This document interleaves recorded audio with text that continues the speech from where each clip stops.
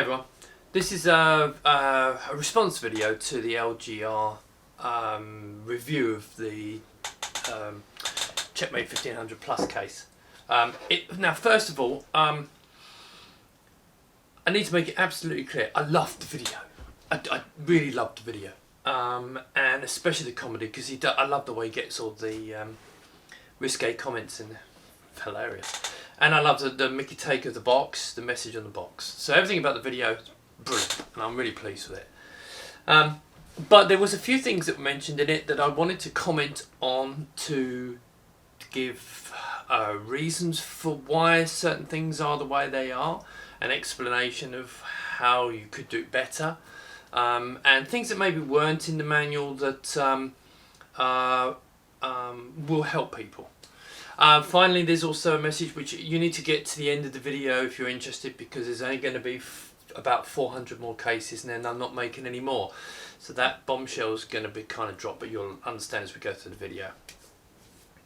So this video is not any way, shape or form criticising the LGR video at all. I hand on heart, I truly mean it. But it's important to understand that given the case to Clint was an experiment. It was a business experiment, and the reason for this was to see. He's a kind of the design of the case is because it can do so many things. Obviously, certain decisions are made that affect individual systems, which hopefully this will become clear.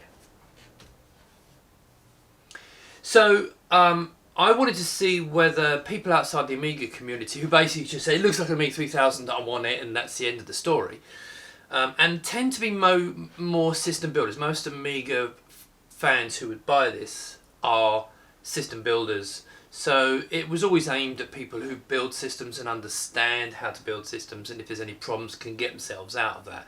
It was never really aimed at the general hobbyist who's used to just buying a box. But so this was an experiment, because obviously the LGR channel's got over 1 million subscribers, and they're mostly probably retro gaming fans, and I wasn't sure if the market outside was ready for something that can do as much. People tend to like things that are fairly straightforward, and where, because of the potential, it can be more complex. So I think the answer to that is I read all the comments, and I saw the comments that Clint made, and the reaction in the comments kind of accelerated that, and I'm going to answer these points, but I've made a decision, and as you'll see this, if you carry on later in the video, you'll see that I'm only going to make another 400 cases, and then after that there'll be no more of these cases. Right, so I suppose the key thing is that I'm looking at my notes so I get it right. I suppose the key thing here is that people, when they get something like this, are only interested in it for the purpose they bought it. So the idea of this case was you can fit a Amiga 1200, Amiga 500, Amiga 600. You can put mini ITX cases in there, micro ATX cases in there, and any other form of motherboard that will physically go in there is designed for that. But those initial ones are the main reasons, and that's why we have those rear panels, and you swap out the rear panels accordingly. But of course, if you buy it, for example, as a 1200 case, people go, well, I want it to do everything that 1200 does. It doesn't work like that. So let me cover one thing. Now, one comment was made about trapdoor, and this is out of the whole thing, it's the only thing, not so much what Clint said, but the follow-up that's been coming from people saying it should have a trapdoor. I want to be absolutely clear. This is a 3000 homage. It was designed to look like an Amiga 3000. The Amiga 3000 didn't have a trapdoor. Okay, so that's point one. Point two, where would you put the trapdoor? Okay, because the 500, 600, 1200 had them all in different places. Yeah, all slightly different places. So what, we're going to put trapdoors for everything? The other thing is, I need to make people aware what a trapdoor is for. The idea is so that you can put an expansion to the motherboard without voiding the warranty on your case. Okay, that's the reason for the trapdoor. That's why it's very specific.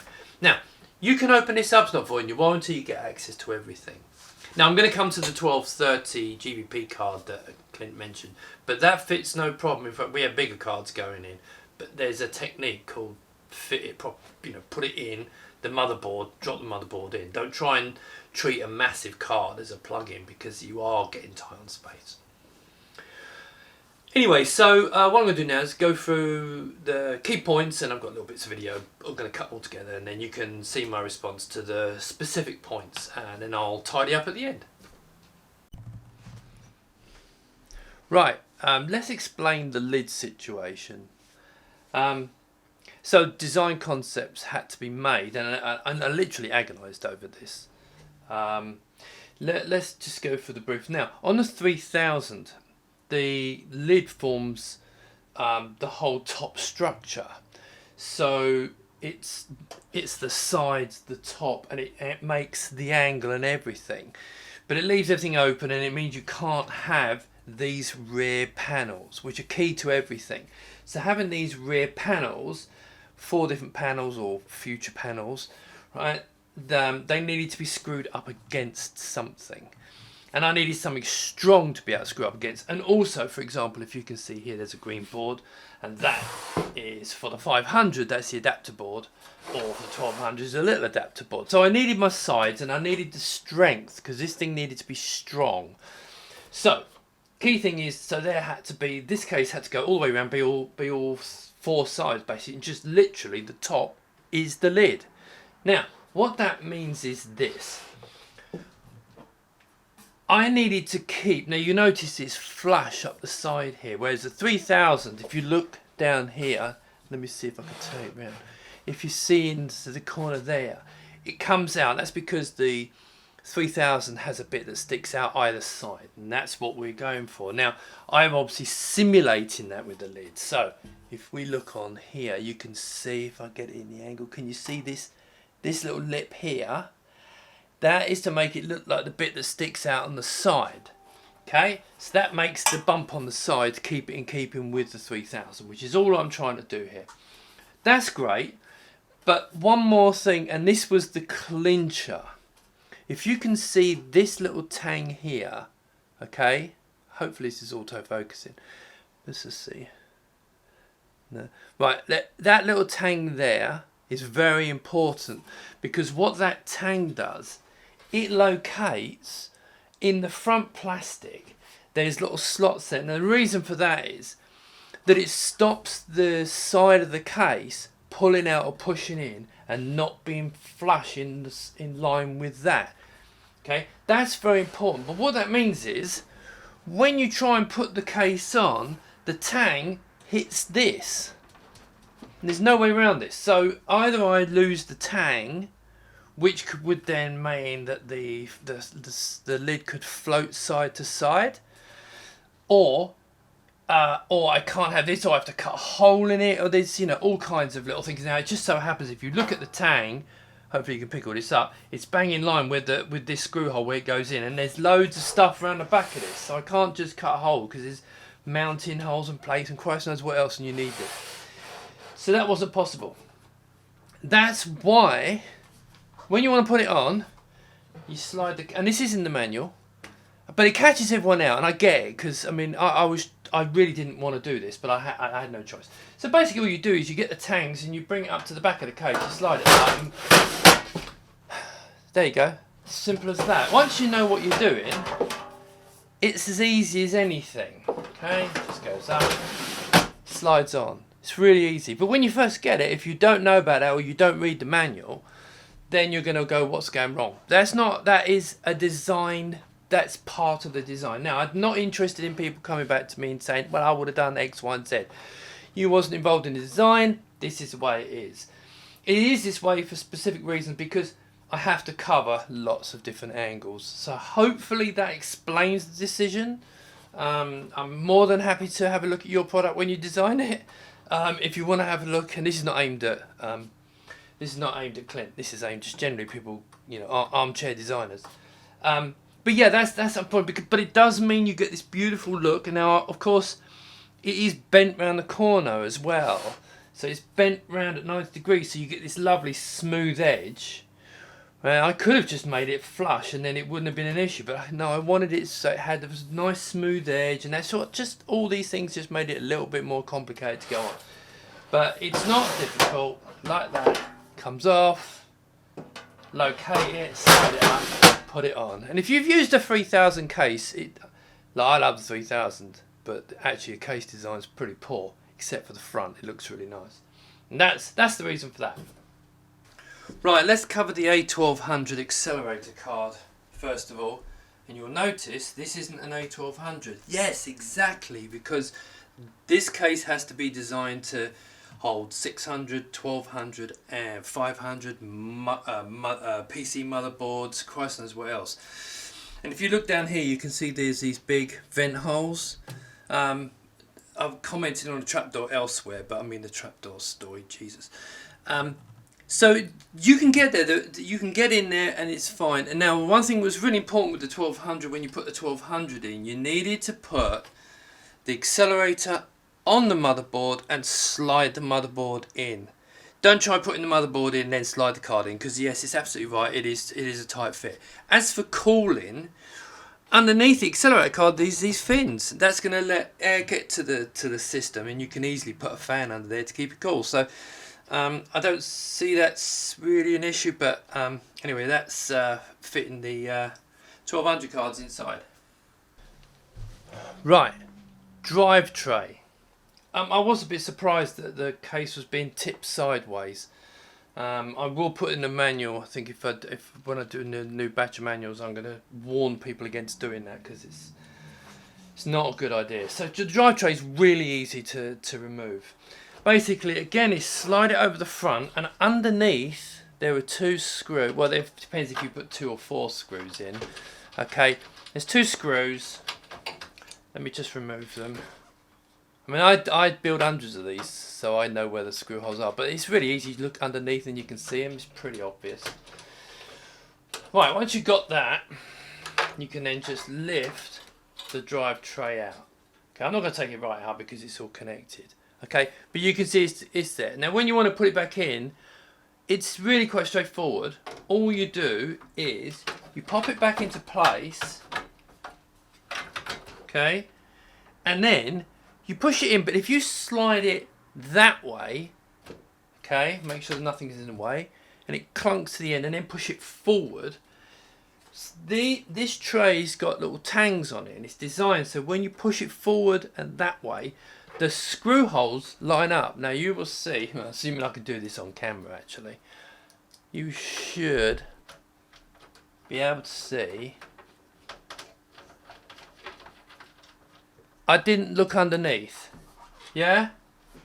Now, I know I've built a lot of these, I get that. But if you're going to look underneath, which I'm going to have a look underneath here actually.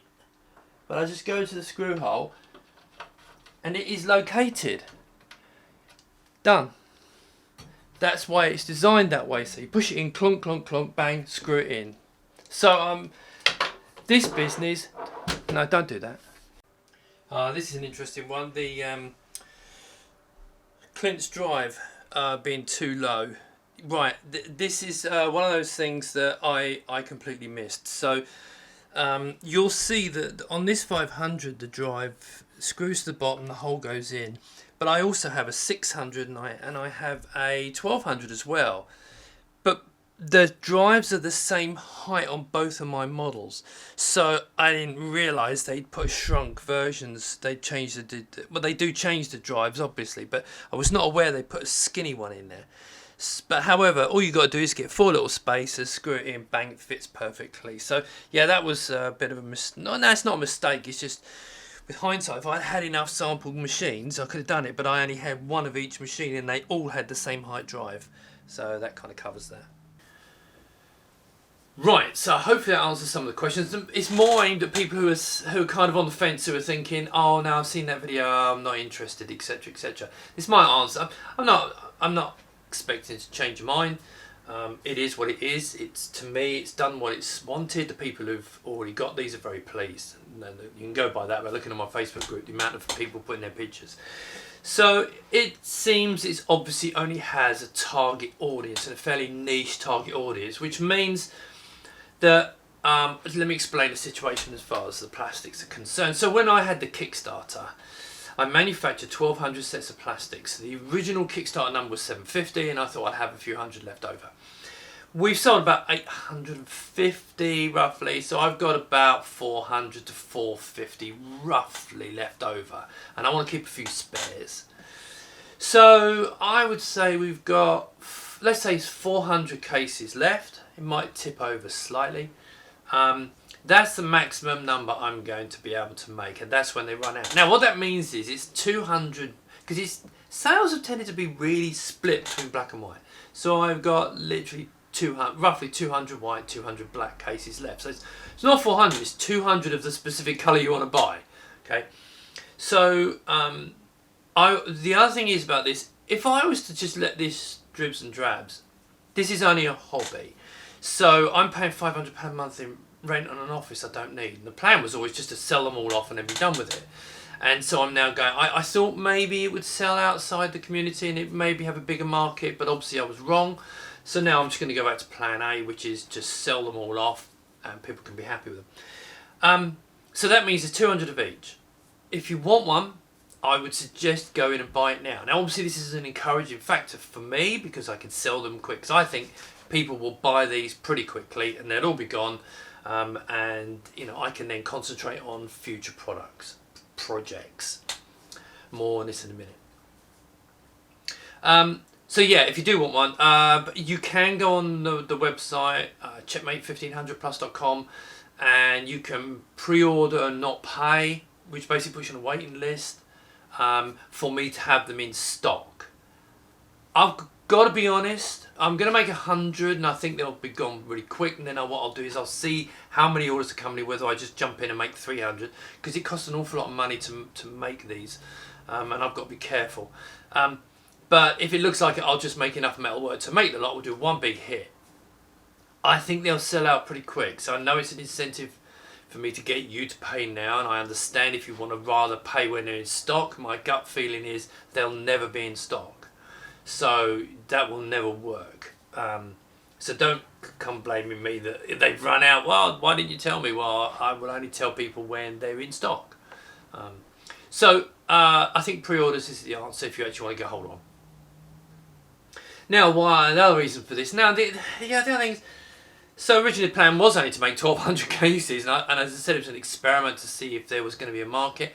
I don't think there's a market for, I think very specific, if I'd done this just for the PC, I think if I built this just for the PC, then there maybe might have been I'd design it really, like it would be just specifically for that design, and we can move on from there. But because all the other cases, it can make things a bit more complex. There will not be a Mark II version of this. I'm not doing that. So there'll be 400 cases. When they're gone, they're gone. So I think that a lot of people who Amiga community have bought a lot of people bought one of each colour. So there'll be a lot of people who bought one colour and they're, I want the other colour.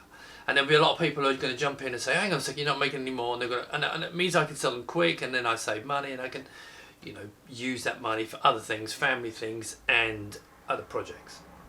But what I'm hoping is that what it'll mean is with limited number, it will hold its value. So they're not cheap, and they were not cheap to manufacture.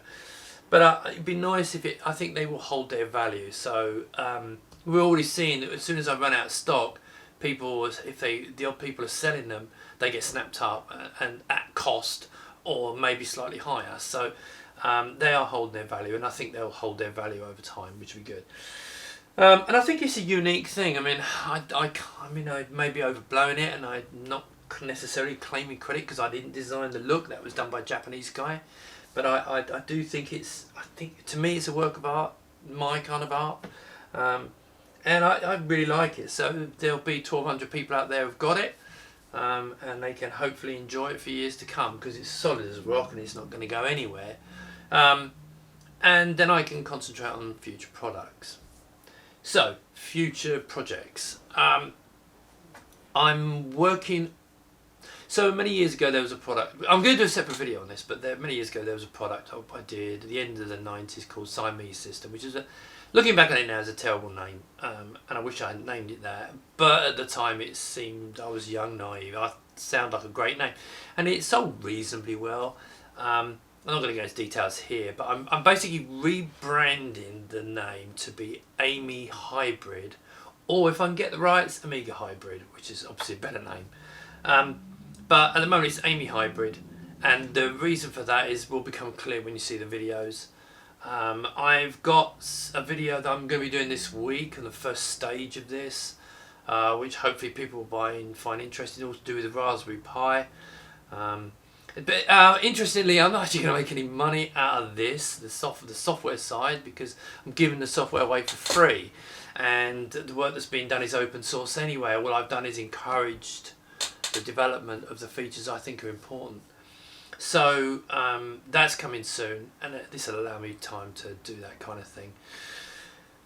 Anyway, so again, stress. This is nothing.